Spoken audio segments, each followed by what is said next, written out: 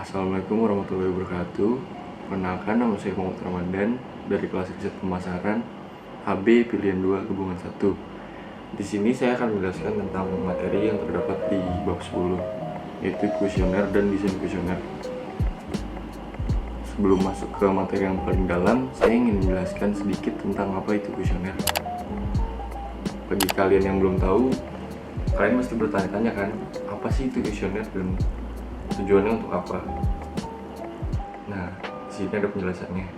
Kuesioner adalah alat yang dilakukan dalam suatu penelitian yang di dalamnya terdapat serangkaian pertanyaan yang terkait dengan masalah penelitian yang nantinya akan diberikan kepada responden dan diisi oleh responden tersebut. Nah, tujuannya untuk apa sih? Nah, di sini tujuan pokok pembuatan kuesioner adalah mendapatkan data yang relevan dengan tujuan penelitian. Lalu yang kedua ada mendapatkan data yang dengan reliabilitas dan validitas yang setinggi mungkin. Lalu di sini terdapat contoh kasus dari Yacht Research, yaitu Yacht Research capai tujuan kuesioner. Nah, di sini di kasus ini Yacht Research berhasil menggunakan waktunya untuk mewawancari anak-anak dan ibu-ibu dengan efisien dan tepat waktu. Di sini tujuan dari Yacht Research sendiri untuk mewawancarai anak-anak dan ibu-ibu ini untuk memperoleh pandangan anak-anak tentang makanan ringan favorit, acara televisi, iklan, radio, majalah, kata-kata yang sangat populer, dan film untuk meminimalkan kesalahan responden. Lanjut dengan proses desain kuesioner. Yang pertama yang harus dilakukan untuk membuat desain kuesioner ialah tentukan informasi yang dibutuhkan.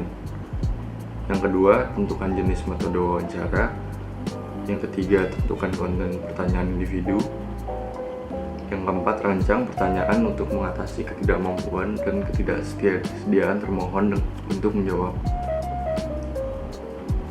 Yang kelima, tentukan struktur pertanyaan.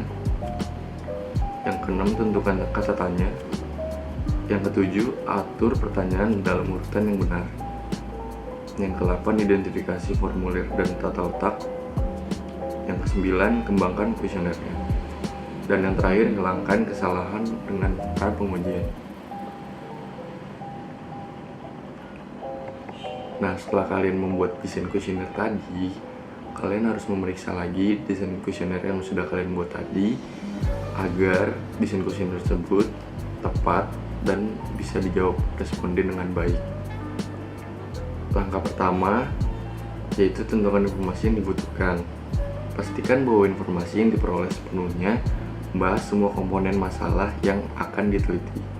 Tinjau komponen masalah dan pendekatan, terutama pertanyaan penelitian, hipotesis, dan karakteristik yang mempengaruhi desain penelitian. Yang kedua, kalian harus menyiapkan satu set meja yang mudah dibawa kemanapun. Kalian juga bisa mungkin membawa pulpen atau meja ini digantikan dengan tatakan meja agar responden tersebut dapat nyaman ketika menjawab pertanyaan-pertanyaan yang Anda berikan. Yang ketiga, memiliki gagasan yang jelas tentang populasi sasaran. Lanjut ke langkah yang kedua, yaitu jenis metode wawancara. Yang pertama yaitu tentukan jenis wawancara yang akan digunakan. Yang kedua, pastikan metode tersebut sesuai dengan masalah yang sedang diteliti. Harus sesuai ya.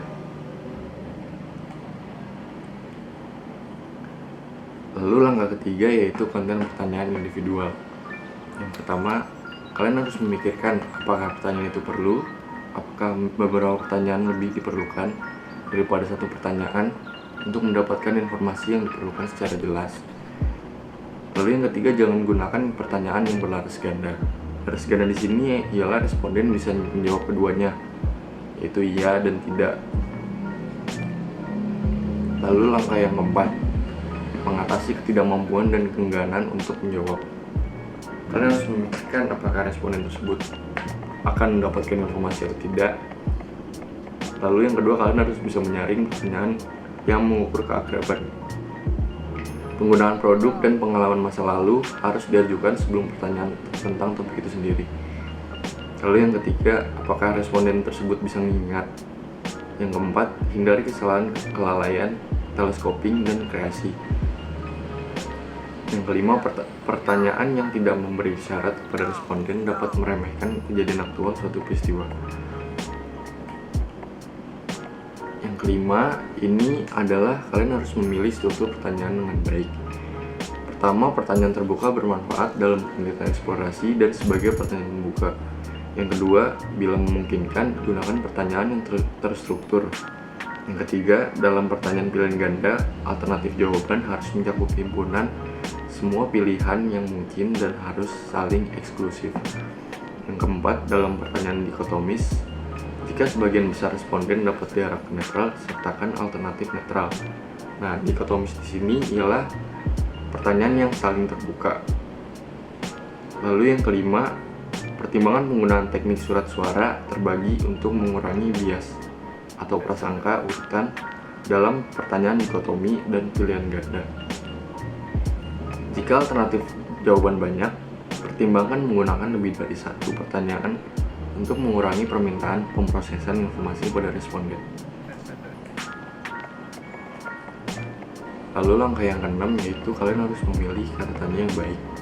Yang pertama, kalian harus menggunakan 5W1H, yaitu apa, siapa, kapan, dimana, mengapa, dan bagaimana. Yang kedua, kalian harus menggunakan kata-kata biasa. Kata-kata itu harus disesuaikan dengan tingkat kosakata yang responden miliki. Yang ketiga, hindari kata-kata yang ambigu. Contohnya itu biasanya, normalnya, seringkali, kerap kali, sesekali, kadang-kadang, dan lain-lain.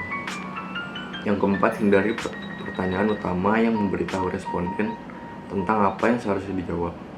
Yang kelima, hindari alternatif implisit yang tidak dinyatakan secara eksplisit dalam opsi. Hindari asumsi implisit. Yang ketujuh, responden tidak perlu membuat generalisasi atau menghitung estimasi. Yang kedelapan, gunakan pernyataan positif dan negatif.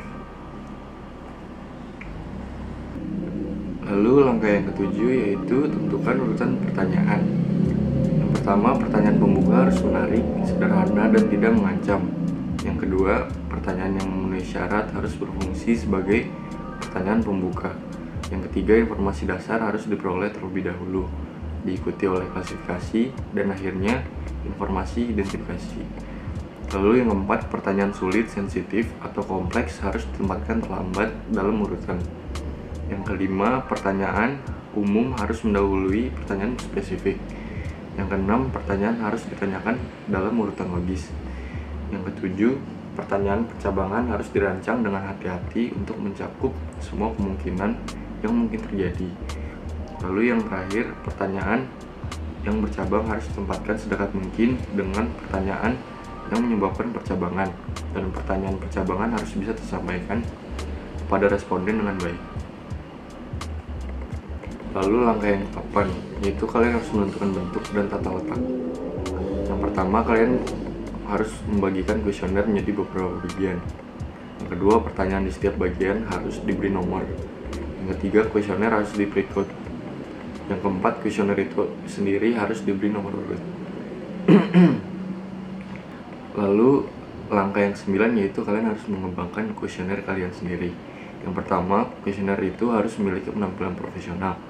Yang kedua, format booklet harus digunakan untuk kuesioner panjang. Yang ketiga, setiap pertanyaan harus dikembangkan pada satu halaman atau penyebarannya 2 halaman. Yang keempat, kolom respons vertikal harus digunakan. Yang kelima, kisi-kisi berguna ketika ada sejumlah pertanyaan terkait yang menggunakan serangkaian kategori respon yang sama.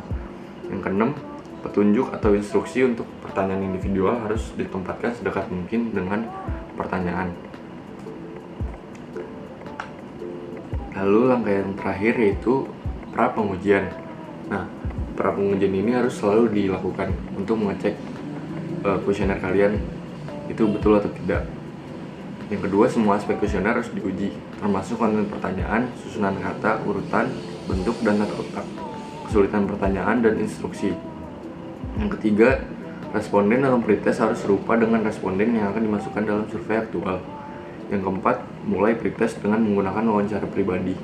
Yang kelima, pretest ini juga harus dilakukan melalui surat atau telepon jika Metode-metode itu akan digunakan dalam survei aktual. Yang keenam, berbagai tipe wawancara harus digunakan untuk pretest.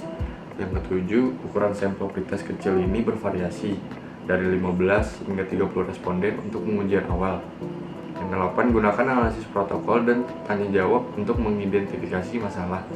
Yang ke-9, setelah setiap revisi signifikan dari kuesioner, pretest lain harus dilakukan menggunakan sampel responden yang berbeda. Lalu yang ke-10, respon yang diperoleh dari pretest harus diberi kode dan dianalisis.